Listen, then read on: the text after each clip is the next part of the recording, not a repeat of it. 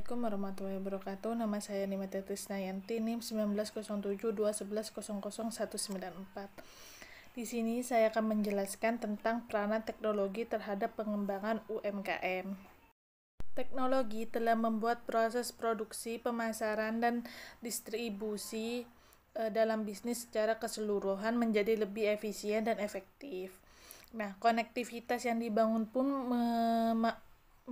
memampukan banyak pelaku bisnis yang terhubung dengan akses modal pasar yang baru. Dalam konsep pemasaran 4.0, segmentasi yang ditargetkan tetap harus dilakukan sebagai fondasi atau strategi pemasaran. Namun pada konsep pemasaran digital, hubungan antara merek dan konsumen berada pada lini horizontal dan harus transparan. Nah, di mana konsumen yang satu dengan yang lain memiliki keterkaitan dan terhubung satu dan yang lainnya di dalam sebuah komunitas. Dan teknologi ini menggunakan seperangkat komputer untuk mengelola data, sistem jaringan untuk menghubungkan satu komputer dengan komputer yang lain sesuai dengan kebutuhan. Dan teknologi telekomunikasi digunakan agar data dapat disebar dan diakses secara global. Nah, pada konsep pemasaran digital, proses penentuan bauran pemasaran harus lebih melibatkan konsumen, harus lebih melibatkan konsumen. Nah, hingga dapat didefinisikan kembali menjadi 4C, yaitu SEO Creation, di mana sebuah produk bisa diluncurkan dengan melibatkan konsumen dari mulai proses ide hingga eksekusi, hingga produk yang ditawarkan oleh perusahaan atau merek menjadi lebih sesuai dengan kebutuhan dan keinginan konsumen. Hingga perbedaan dengan segmentasi, komunitas sudah membentuk secara natural oleh konsumen dan berdasarkan kesadaran mereka sendiri, hingga untuk bisa dapat berinteraksi dengan efektif pada komunitas konsumen, suatu merek harus meminta izin dan menggunakan konfirmasi dari komunitas tersebut. Pergeseran juga terjadi pada positioning merek, di mana sebelumnya suatu positioning ini adalah ditetapkan untuk memposisikan perbedaan antara merek yang satu dengan kompetitornya. Pada konsep pemasaran digital menyebutkan bahwa merek harus bisa lebih dinamis dikarenakan teknologi yang cepat, krilling produk yang lebih pendek, dan pengganti tren yang lebih cepat, hingga suatu merek harus lebih fleksibel untuk menghadapi perubahan namun tetap harus memiliki karakter yang konsisten. Jadi dapat disimpulkan itu, apabila kita mengeluarkan produk, kita harus melihat dulu tren zaman itu dan krilling produk yang lebih pendek, dan juga perubahan yang ada dalam masyarakat, perubahan tren yang ada dalam masyarakat. Namun tetap harus memiliki karakter dan konsisten dalam produk tersebut. Untuk bauran pemasaran, pada konsep pemasaran sebelumnya yang dikenal dengan 4P, yaitu produk, price, dan promotion, di mana sudah ditentukan oleh perusahaan, walaupun berdasarkan kebutuhan dan keinginan konsumen yang dicari dengan riset pemasaran, kemudian ditentukan dan dikemas oleh perusahaan hingga sebuah bauran pemasaran yang efektif untuk perusahaan atau merek. Pada konsep pemasaran digital, proses penentuan bauran pemasaran harus lebih melibatkan konsumen hingga dapat didefinisikan kembali menjadi 4C, yaitu SEO Creation, di mana sebuah produk bisa diluncurkan dengan melibatkan konsumen dari mulai proses ide hingga eksekusi, hingga produk yang ditawarkan oleh perusahaan atau merek menjadi lebih sesuai dengan kebutuhan dan keinginan konsumen. Sekian dari saya, kurang lebihnya mohon maaf. Wassalamualaikum warahmatullahi wabarakatuh. Selanjutnya di sini saya akan memaparkan materi mengenai peran sistem manajemen mutu ISO 9001-2015 terhadap perkembangan UMKM. ISO 9000 series merupakan standar internasional mengenai sistem manajemen mutu. Standar ini juga berisi unsur-unsur legal wajib yang bertujuan untuk menciptakan rasa nyaman bagi perusahaan. ISO 9000 series mencangkup beberapa standar, diantaranya ISO 9001, ISO 9004, dan ISO 1911. Organisasi atau perusahaan yang merancang, memproduksi, dan memberikan produk dalam bentuk barang ataupun jasa yang telah bersertifikat.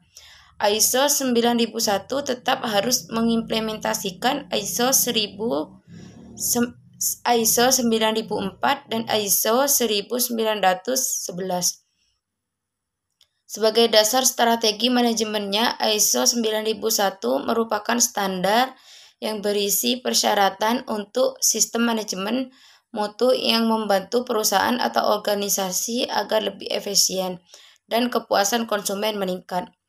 Perusahaan harus memahami persyaratan yang terdapat di dalam ISO 901 dan mengetahui cara penerapannya, serta mampu bertahan pada sistem yang telah diterapkan agar persyaratan tersebut dapat terus-menerus meningkat. Sistem manajemen mutu ISO 901-2015 berisi tentang yang pertama, penekanan pada keterlibatan kepemimpinan. Yang kedua, pengarahan risiko dan peluang perusahaan secara struktur. Yang ketiga, penggunaan bahasa, struktur, dan istilah yang umum dan sederhana, sehingga memudahkan organisasi yang menggunakan beberapa sistem manajemen. Yang keempat, pengarahan manajemen rantai pasokan yang lebih efektif. Dan yang terakhir, lebih mudah digunakan untuk perusahaan jasa dan perusahaan yang berbasis pengetahuan. Penerapan sistem manajemen mutu ISO 901-2015 ini dalam menunjang pemasaran sesuai dengan kebijakan perusahaan. Penerapan sistem manajemen mutu ISO 901-2015 diharapkan dapat membantu manajemen perusahaan agar lebih terstruktur dan menghasilkan mutu produk yang dapat memuaskan kebutuhan konsumen. Peningkatan kualitas keterampilan yang dilakukan perusahaan ini sesuai dengan inti dari ISO 901-2015 di mana perusahaan berfokus pada kebutuhan konsumen agar dapat selalu memenuhi kriteria permintaannya. Sebagai upaya mendukung kegiatan promosinya, kualitas keterampilan yang dimiliki oleh calon tenaga kerja ditingkatkan melalui program pelatihan di Balai Latihan Kerja dengan fasilitas dan sarana yang dimiliki oleh perusahaan dan pemerintah serta swasta.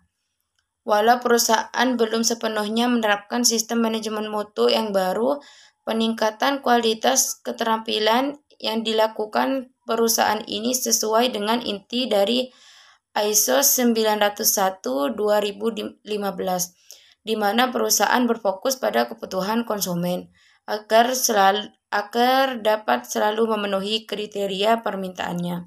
Assalamualaikum warahmatullahi wabarakatuh. Nama saya Ayu Landari, NIM 190721100041. Di sini saya akan menyampaikan materi tentang peran sistem jaminan halal terhadap perkembangan UMKM. Untuk memperkuat produk halal, maka diberikan label atau sertifikasi halal oleh lembaga yang berwenang. Sejak berdirinya Organisasi Konferensi Islam atau OKI pada awal 1970-an, industri halal pun berkembang secara signifikan di setiap negara muslim maupun di negara non-muslim. Perkembangan halal lifestyle dan halal awareness mengharuskan pelaku UMKM memiliki sertifikat produk halal. Oleh sebab itu, UMKM harus meningkatkan branding position, membumikan dan menyebarkan halal awareness dan halal lifestyle. Berhati-hati dalam setiap tahapan proses produksi, menjamin keamanan dan kehigienisan produk, dan meningkatkan daya saing produk untuk diekspor ke negara yang sangat perhatian terhadap produk halal. Majelis Ulama Indonesia atau MUI membuat standar produk halal yang harus memenuhi persyaratan halal sebagai berikut. Yang pertama, tidak mengandung babi dan bahan yang berasal dari babi. Yang kedua, tidak mengandung bahan-bahan yang diharapkan seperti bahan-bahan yang berasal dari organ manusia, darah, kotoran-kotoran, dan lain sebagainya. Yang ketiga, semua bahan yang berasal dari hewan halal yang disembelih menurut tata cara syariat Islam. Yang keempat, semua tempat penyimpanan, tempat penjualan, pengelolaan, pengolahan, dan transport. Mekanisme untuk mengajukan permohonan sertifikat halal sampai diterbitkan adalah yang pertama, mengambil formulir. Yang kedua, mengisi formulir dan melengkapinya dengan lampiran-lampiran yang dibutuhkan. Yang ketiga, membuat daftar seluruh produk yang dihasilkan dan seluruh bahan yang digunakan.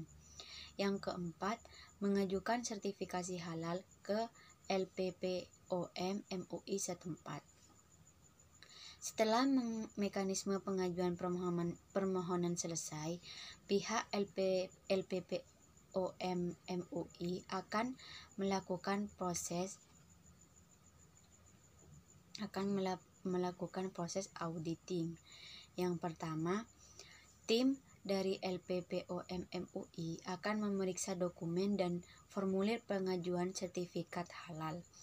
Yang kedua, bila dianggap cukup, maka akan dilakukan pemeriksaan di lokasi produksi.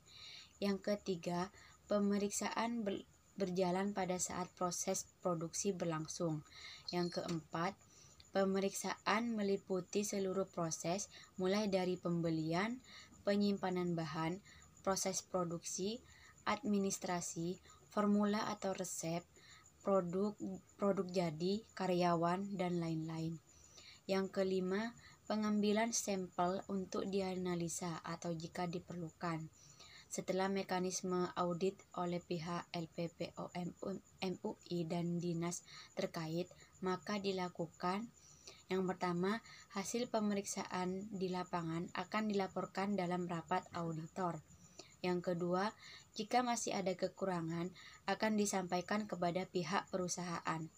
Yang ketiga, jika sudah lengkap, akan dibuat laporan hasil pemeriksaan kepada Komisi Fatwa MUI. Yang keempat, berdasarkan laporan tersebut, Komisi Fatwa akan melakukan rapat untuk menentukan kehalalan produk yang bersangkutan. Yang kelima, jika tidak ada masalah lagi, maka akan diterbitkan sertifikat halal MUI.